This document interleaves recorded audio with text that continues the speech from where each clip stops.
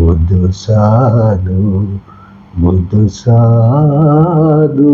ඒ කියන්නේ ඒ කතා කරේ බුදු ගුණ නේද? මේ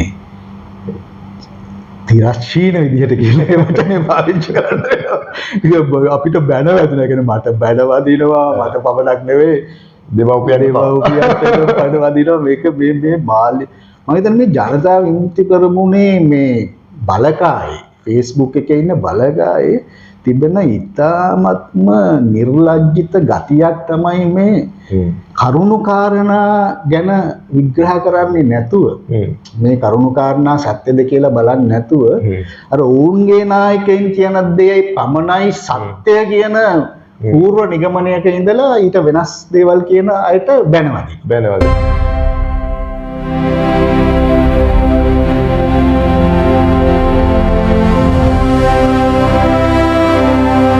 ඉතින් මේ සතියේ දේශපාලන හැලහැප්පීම් ගැන කතා කරන්න සතියේ දේශපාලන විග්‍රහයත් අරගෙන අපි සුමිත මහත්මත් එක්ක ඔයගොල්ලෝ හමුවට එනවා. අපි වෙන වැල් වටාරන්න නැතුව අපි කතා බහටම යොමු වෙමු. අපිට පටන් ගන්න වෙන්නේ මේ මාතෘකාව අද වෙනස් තැනකින් අපේ ලංකාවේ ගීත කෝකිලාවියක් වුණු දැවැන්ත මතක සටහන් අපිට ඉතුරු කරලා දුන්නු නන්දා මාල්නිය අපෙන් දැන් සමු අරගෙන තියෙනවා. හැබැයි මේ සමාජ මාධ්‍ය තුල වෙන කතන්දරත් යනවා මේ ඈ ගැන කතා කරන්න විපක්ෂයේ සුන්බුන් වලට අයිතියක් නැහැ කියලා වගේ පෝස්ට් කීපයක් මම දැක්කා. ඒකත් දේශපාලනයේ වෙලා තියෙනවා. ඉතින් අපි එතනින්ම එතුමියට ගෞරව කරන ගමන්ම එතුමියට නිවන් සුවත් වේවා කියලා ප්‍රාර්ථනා කරන ගමන්ම අපි කතාව පටන් ගමු. ඔව් නන්දා කියන්නේ මේ රටේ ජාතික වස්තුවක් කියලා මම හිතන්නේ නන්දා මාලනිය. මොකද ඇය 1943 ඉඳන් නේද? 43 ඉඳන් මේ දක්වා මේ යුගයේ ඇය හිටිය තැනට සම වෙන්න මම හිතන්නේ කෙනෙක් පහළ වෙලා නැහැ කියලා. අනිවාර්යයෙන්ම. නන්දා පටන් ගත්තේ අතරම පළවෙනි සින්දුව ගත්තොත් පළවෙනි සින්දුවේදී අය කිව්වේ බුදු සාදු බුදු සාදු. ඒ කියන්නේ ඇය කතා කරේ බුදු ගුණ නේද? බුදු ගුණ බෞද්ධයන්ගේ සිත්වල ශ්‍රද්ධාව ඇති වෙන ආකාරයේ බුදු ගුණ තමයි අය කතා කරන්නේ. කාලයත් එක්ක ඉස්සරහට ඇවිල්ලා මට මතකයි අපේ වයස අවුරුදු 20 ගණන් වලදී වගේ අය ඊටාම සෞන්දර්යාත්මක ගීත ගායනා කරා. මට එකම සින්දුවක් මතකයි මම ඊටාම ආශා කරන මලල්ලෙන් පිට සඳ රැස් ගලන නිල් මිටියාවතේ. කියන්නේ ජගත්තර සඳරස් ගලන නිල් මිටියාවතක් නැවිලා පේන කියන්නේ එච්චර සෞන්දර්යාත්මක. ඊට පස්සේ තවත් ඉස්සරහට ඇවිල්ලා 1980 ගණන් වලදී වගේ නන්දා කිව්වා මේ දේශාභිමානී ගීත නේ. ඊටත් කලින් නෑ දේශාභිමානී ගීත කියලා තියෙනවා. මට මතකයි එක සින්දුවක අය කිව්වා රට වෙනුවෙන් සටනට වැදදි විදුන් රණවිරුවෙකුගේ අවසන් ගමනට නේ. ඒ කියන්නේ ඒවා කෙලින්ම ජනතාවගේ සිත් තුළ අර රට ගැන ඒ දේශය ගැන හැඟීම් අවදි කරන සින්දු ඇය කිව්වා. ඊළඟට තමයි ඔය 80 දශකයේ අවසාන භාගයේ ආවෝ සමාජ අරගලය. ඒ සමාජ අරගලයේදී අර යදමින් බඳ විලංගුලා මගේ පුතා රැගෙන යති. දැන් ඒ වගේ ගීතය ගායනා කළා. ඒක මම හිතන්නේ සුනිල් ආරත්නයන්ගේ එකතුවක් වෙච්ච දෙයක්. නමුත් ඒ ගැන බොහෝ විවේචන සමාජය තුළ කොටාශ දෙකක් අතර තිබෙනවා. නමුත් අපි සමස්තයක් විදිහට ගත්තාම නන්දා කියන්නේ මේ හැම ක්ෂේත්‍රයක් තුළම ඉතාමත්ම ඉහළ දක්ෂතාවයක් එක්ක ජනතාවගේ සාමාන්‍ය මිනිසුන්ගේ හදවත් තුළට මේ බුදු ගුණ ගීත, සෞන්දර්යාත්මක ගීත, දේශාභිමානී ගීත, සුංගාරය ආදරය ගැන කතා කරපු ගීත නේද?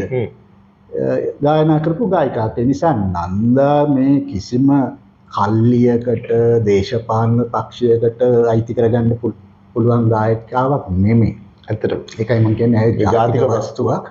අනවශ්‍ය විදිහට මේ ජාතික වස්තුවට අපහාස නොකර ඇයට එක කල්ලියකට අයිති කරගන්න උත්සාහ නොකර අය අර ඇයගේ අවසාන කැමැති පත්‍රය කියලා තියෙනවානේ. මගේ අවසන් කටයුතු කිසිම උත්සව සභාවක් නොතියා නිවසේ තැන්පත් කරලා නිවසෙන් රැගෙන ගිහින් කරන්න කියලා. අන්න ඒ කියපු ආකාරයට ඒ කටයුතු කරන එක තමයි මම හිතන්නේ අපිට ඇය වෙනුවෙන් කරන්න පුළුවන් හොඳම උපහාරය. ඔව් නන්දා මාලනිය එහෙම අපෙන් දැයින් සමුගද්දී අර සමාජ මාධ්‍ය හැසිරෙන විදිය ගැන අපි කතා කළා. ඉතින් ඇත්තටම මේ ගිය පාර අවසන් වීඩියෝටත් අපිට මේ සමාජ මාධ්‍ය තුල සෑහෙන බැනුම් අහන්න සිද්ධ වුණා මේ සීනි පළහිලව්ව ගැන. බොහොම දරුණුවට විවේචන ආවා සහ පදනම් විරහිතව කියනවා කියලාත් කිව්වා. ඇත්තට පදනම් විරහිතව අපි කතා කළේ නෑ නේද සුමිත මහත්මයා? නෑ. ඒ කියන්නේ දැන් බොහෝ දෙනෙක් මේ වීඩියෝ පිළිබඳ අදහස් දක්වලා තිබුණා. විශේෂයෙන් මේ මාලිමාව පැත්තෙන් අදහස් දක්වන පිරිස් කියපු දෙයක් තමයි බොරුව ජනගත කරන්න එපා. මේ පවසන්නේ බොරු කියලා ඒ වුණ අර මහා මේ තිරස්චීන විදිහට කියලා වචනේ පාවිච්චි කරන්නේ.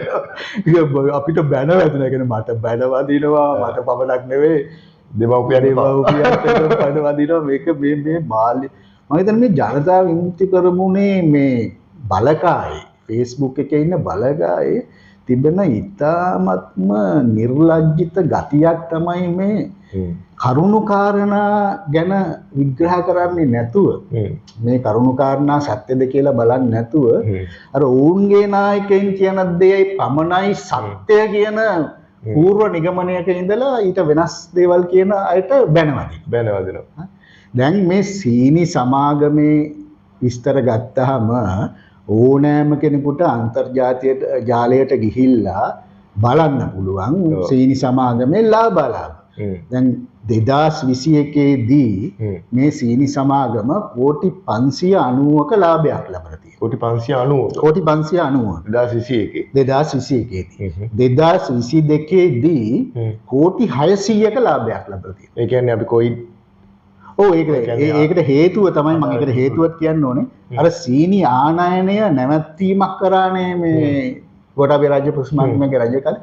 ඒ නිසා මේ සමාගම අධික ලාභයක් ලැබලා තියෙනවා.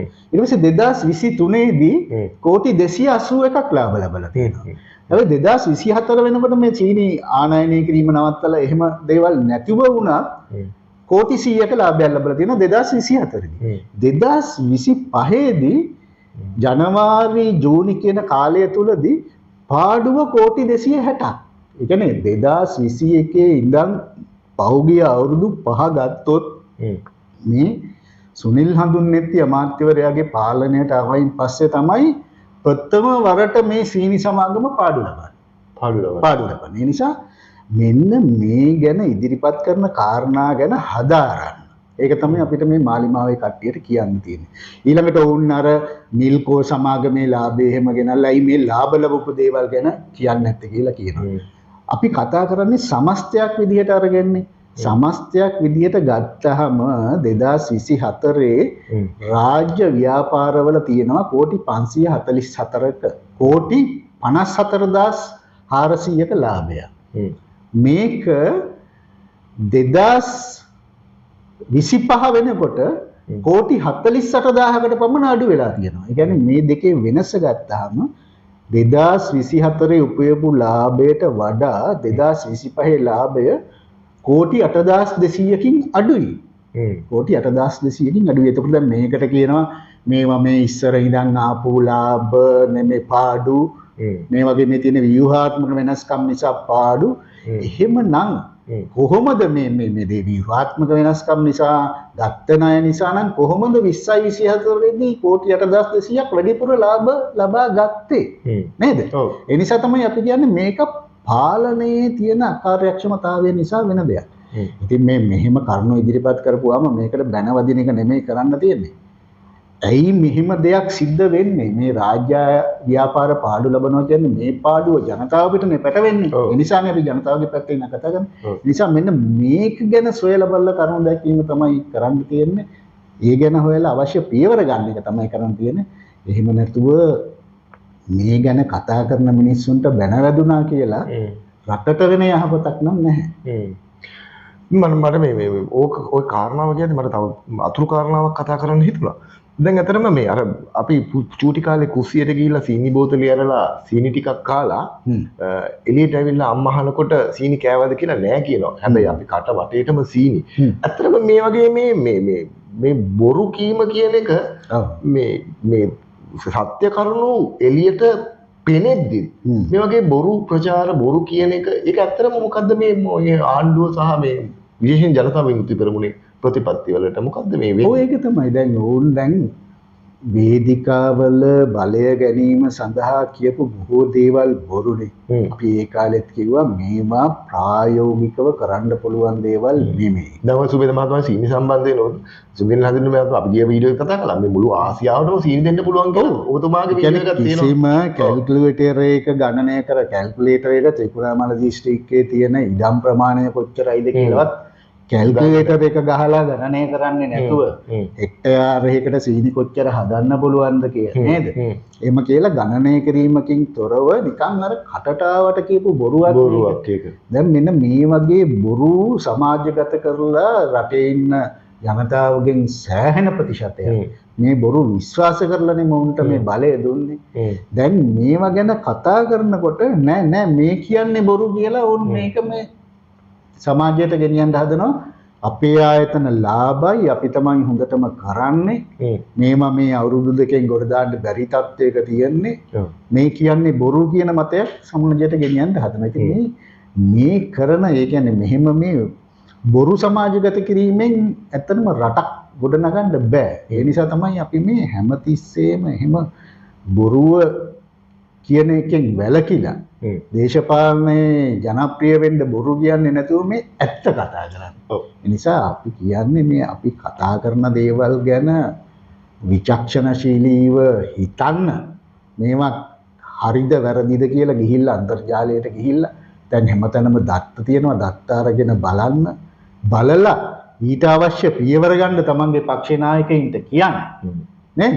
එහෙම කියලා මේ අපිටත් අවශ්‍ය වෙලා තියෙන්නේ මේ රට හොඳ යහ මඟකට ගෙනියන්නනේ හොඳ පැත්තට. ඒ නිසා මේ පාඩු ලබනේම ඇයි පාඩු ලබන්නේ කියලා බලලා ඒක නිවැරදි කරගන්නවා මිසක් ඒ ගැන කතා කරන අයට මඩ ගහන්න බැන වදින්න යෑමෙන් යහපතක් සිද්ධ වෙන්නේ නැහැ කාටවත් රටටවත් රටේ ජනතාවටවත්. ඔබට සතුටක් දැනෙනවා නම් විනෝදේ සඳහා නම් බනින්න ඒක කමක් නැහැ. ඉතින් අපි මේ වගේ හැලැපීම් එක්ක මිනිස්සු අපි ගිය පාරත් කතා කළා. මිනිස්සු ජීවත් වෙන්නේ හරිම අමාරුවෙන්. ව්‍යාපාර කරන්නේ හරිම අමාරුවෙන්. මිනිසුන්ගේ ආර්ථික මට්ටම පල්ලහැට කඩාගෙන වැටෙනවා. මේකටත් අපි බැනුම් ඇහුවා මේ කතාවට. එතකොට මේකට පොඩි සරල උදාහරණයක් මේ දවස්වල කරලියට ආවා.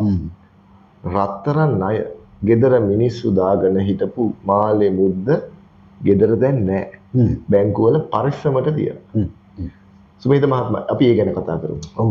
ඒ කියන්නේ මේ ගිය සුමානේ මහ බැංකුව අධිපතිතුමා මහ බැංකුව වාර්තාව ඉදිරිපත් කරමින් ඒක ගැන කතා කරා. ඒ කියන්නේ මේ රටේ මිනිස්සුන්ගේ ආදායම් මාර්ග අවහිර වෙලා රටේ ආදායම් ඉපදෙන්නේ නැහැ කියන එක අපි පහුගිය වීඩියෝ වල දිගින් දිගටම කතා කරා. දැන් අවශ්‍ය වෙලා තියෙන්නේ ඇත්තටම මේ රට තුල ආදායම් උපයන මාර්ග ජනතාවට උදා කර දෙන එක. දැන් මේකට හොඳම උදාහරණයක් තමයි 2025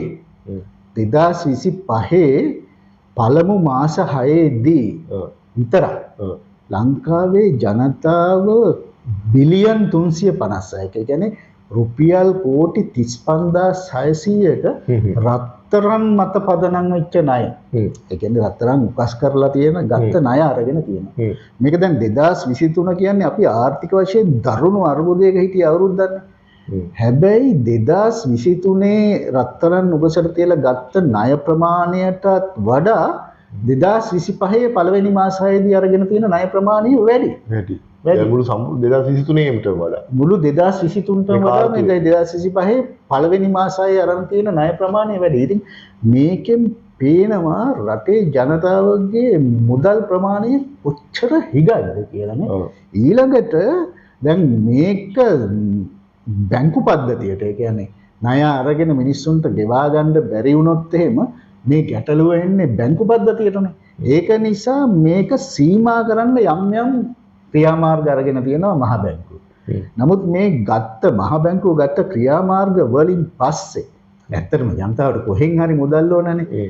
ඒක පෙනීලා තියෙන දේ තමයි රටේ ජනතාව මේ රත්තරන් තියා ගැනීමට තියෙන නොහැකියාව නිසා අර 10%ක වගේ පොලියක්කට ණය දෙන පෞද්ගලික අය ඉන්නවනේ. මාසෙට 10%ක වගේ. ඉතින් ගොඩාක් ජනතාව මෙන්න මේ මාසෙට 10%ක් වගේ පොලියට ණය ගන්න තත්ත්වයටපත් වෙලා තියෙනවා. ඒ කියන්නේ අපේ රටේ ජනතාව ඉතාමත්ම දුෂ්කර තත්ත්වයක ඉන්නේ. ඒකයි ඒ නිසා තමයි බිස්නස් නෑ, රෙස්ටොරන්ට් වල බිස්නස් නෑ නේද? කියන්නේ සමහර කෙනා තරුපයේ හෝටලයකට ගියාම ඕන තරම් මිනිස්සු ඉන්නවා රටේ මිනිස්සු අතේ සල්ලි තියෙනවා.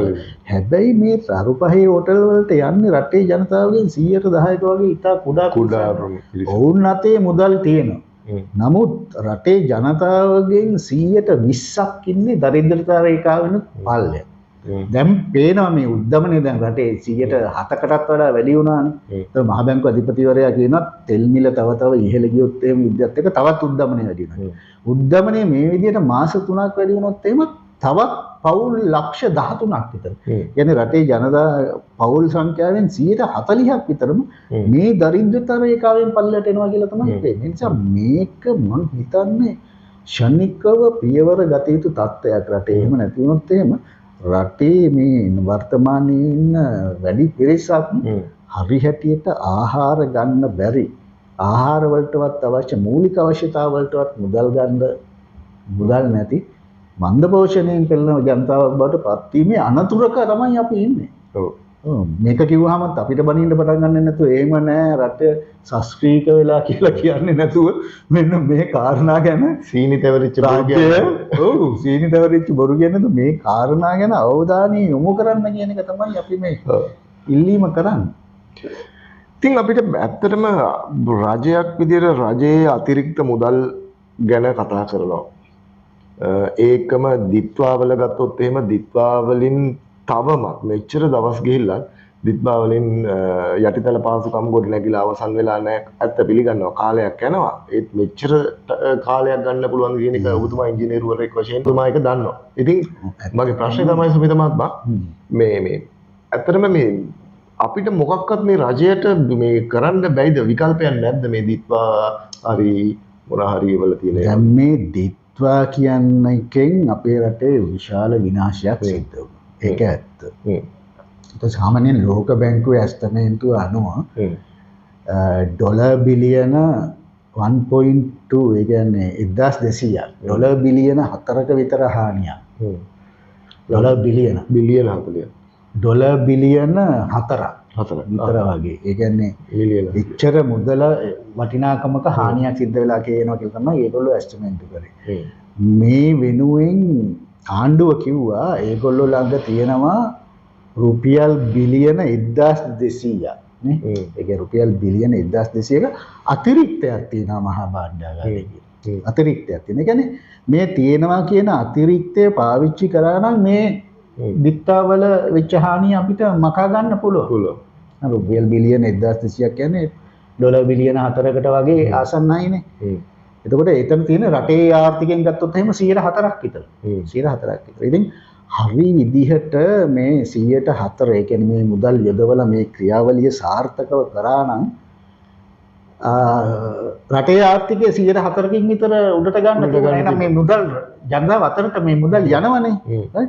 දැන් තව එක කාරණාවක් කියන්න ඕනේ මම මේක ගැන සොයා බැලුවාම මම දැක්ක දෙයක් තමයි මම දැන් ආයෙත් මට බනින්න පටන් ගත්තා මේක සොයා බලන්න කියලා මම ආරාධනා කරනවා මේ ජනතා විමුක්ති පොරොප්පේ මිත්‍රයින්ට දැන් මේ fact.lk කියන ෆැක්ට් චෙක් කරන ඒ වෙබ්සයිට් එකක් තියෙනවානේ. දැන් මේගොල්ලෝ කියනවා මේ භාණ්ඩාගාරයේ මෙච්චර මුදලක් බිලියන 1200ක් ඉතිරි වෙලා තියෙන්නේ රජයේ මුදල් ඉතිරි කරලා නෙමෙයි. දැන් මේ රජය කියන්නේ මේ අපි මුදල් ඉතිරි කරා කියලා. එහෙම නෙමෙයි 2022 කෝටි 60,500ක්. ඒ කියන්නේ බිලියන 605ක් විතර අරගෙන තියෙනවා වැඩිපුර ණය. වැඩිපුර.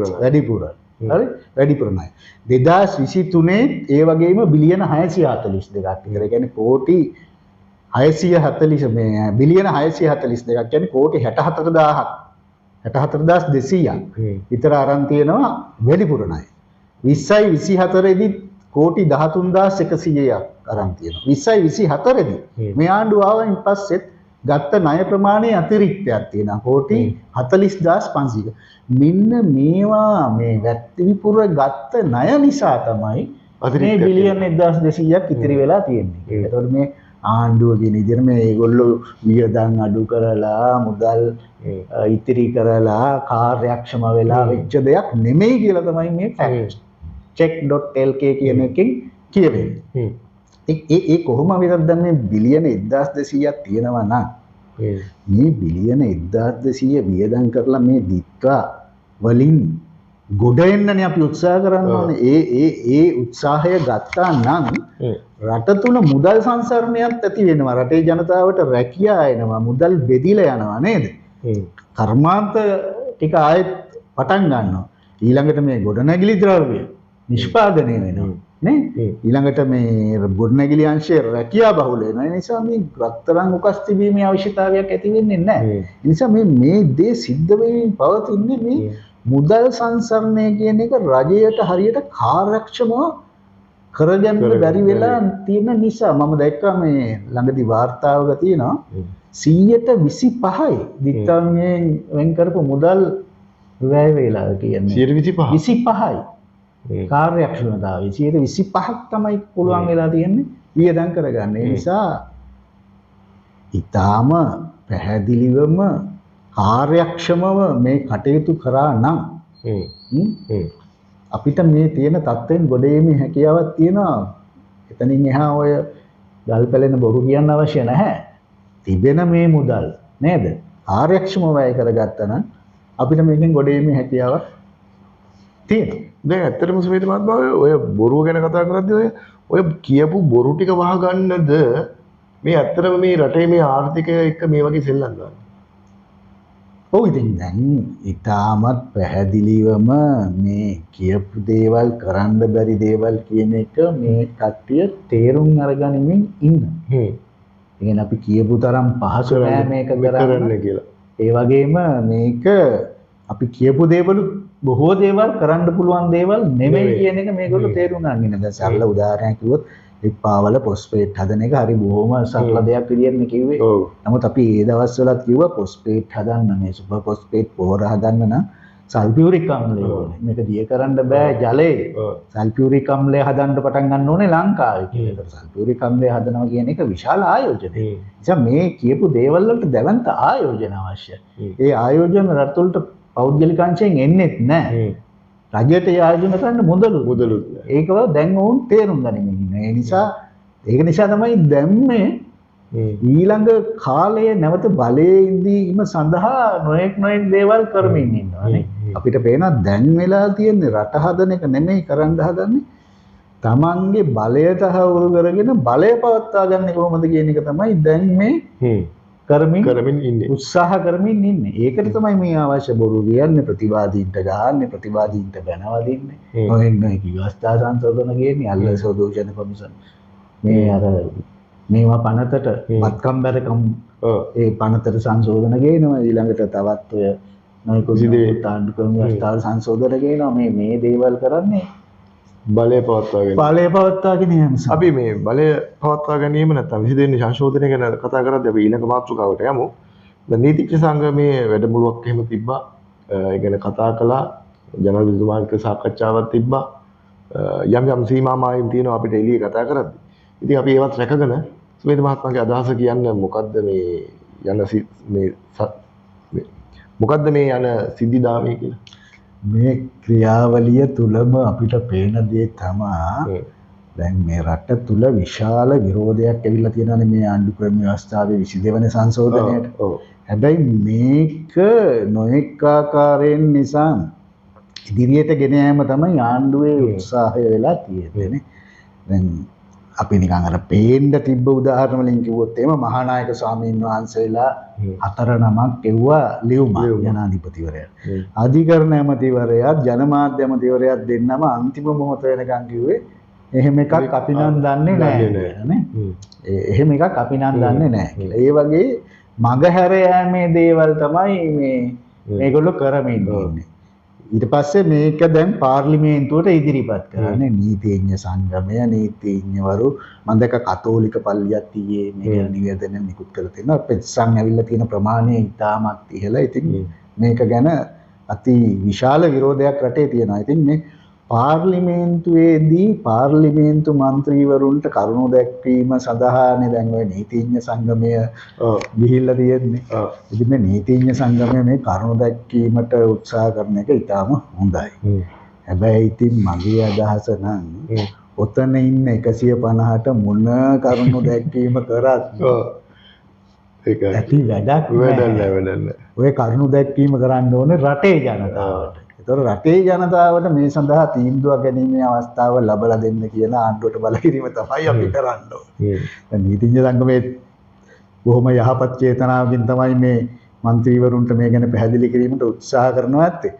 නමුත් ඉතින් ඔය පාර්ලිමේන්තුවේ ඉන්න മന്ത്രിවරු 159 අත උස්සන්නේ මේ කියන කාරණා අවබෝධ කරගෙන මේ කියන කාරණා වලින් රටට ආපතක් වෙනවා. ඒ නිසා අපි මේක නොකළ යුතුයි කියන අදහසින් නෙමෙයි. ඔවුන් අත උස්සන්නේ අර ජනතා විමුක්තිවරුනේ දේශපාලන මණ්ඩලයේ තීන්දුවක් අරගෙන තියෙනවා නම් මේ පනත සම්මත කරන්න ඕනේ කියලා. පිල්ලින් සිල්වා සහෝදරයාගේ ප්‍රධානත්වයෙන් ඒ 159 ගැන කිසිම ප්‍රශ්නයක් කරන්නේ නැතුව අත උස්සනවා. කොයිතරම් කරුණු පැහැදිලි කරත් අත උස්සනවා. ඒ නිසා මේ සත්භාවයෙන් ඕක කරා වුණත් මට නම් ඕක ගැන කියන්න තියෙන්නේ ඒ වෙනුවෙන් වෙන් කරන කාලයක් වැය කරලා මේක ජනතාවගේ අනුමැතියෙන් සම්මත කළ යුතුයි කියන මතය කෙසේ හෝ මේ අධිකරණය තුළින් ලබා ගැනීම සඳහා නීතිඥ සංගමය තමන්ගේ මුළු කාලයම වැය කරලා මහන්සි වෙනවා නම් ඔවුන්ට තිබෙන ශක්තිය හා බලය එක්ක ඒක තමයි මම හිතන්නේ හොඳ දේ. නැතුව මේ මාලිමාවේ മന്ത്രിවරු 159 දෙනාට මේ සංශෝධනය ගැන කරුණු පැහැදිලි කිරීමෙන් කිසිම තේරුමක් යහපතක් ඒ ප්‍රතිඵලයක් ලැබෙන්නේ නැහැ. ඒ උසන්නේ ඕන්ගේ අත නෙමෙයි. ඒ උසන්නේ ඕන්ගේ අත නෙමෙයි. ඕන්ට ඉහළින් කිව්වම එස්සෙනාත. ඉතින් මේ වගේ දේශපාලන පරිසරයක් තියෙන්නේ අද වෙද්දී අපි ඉදිරි සතිය කොහොම වෙයිද කියලා අපි කතා කරමු. අද වැඩසටහන අපි මෙතනින් අවසන් කරමු. අයබෝවන්.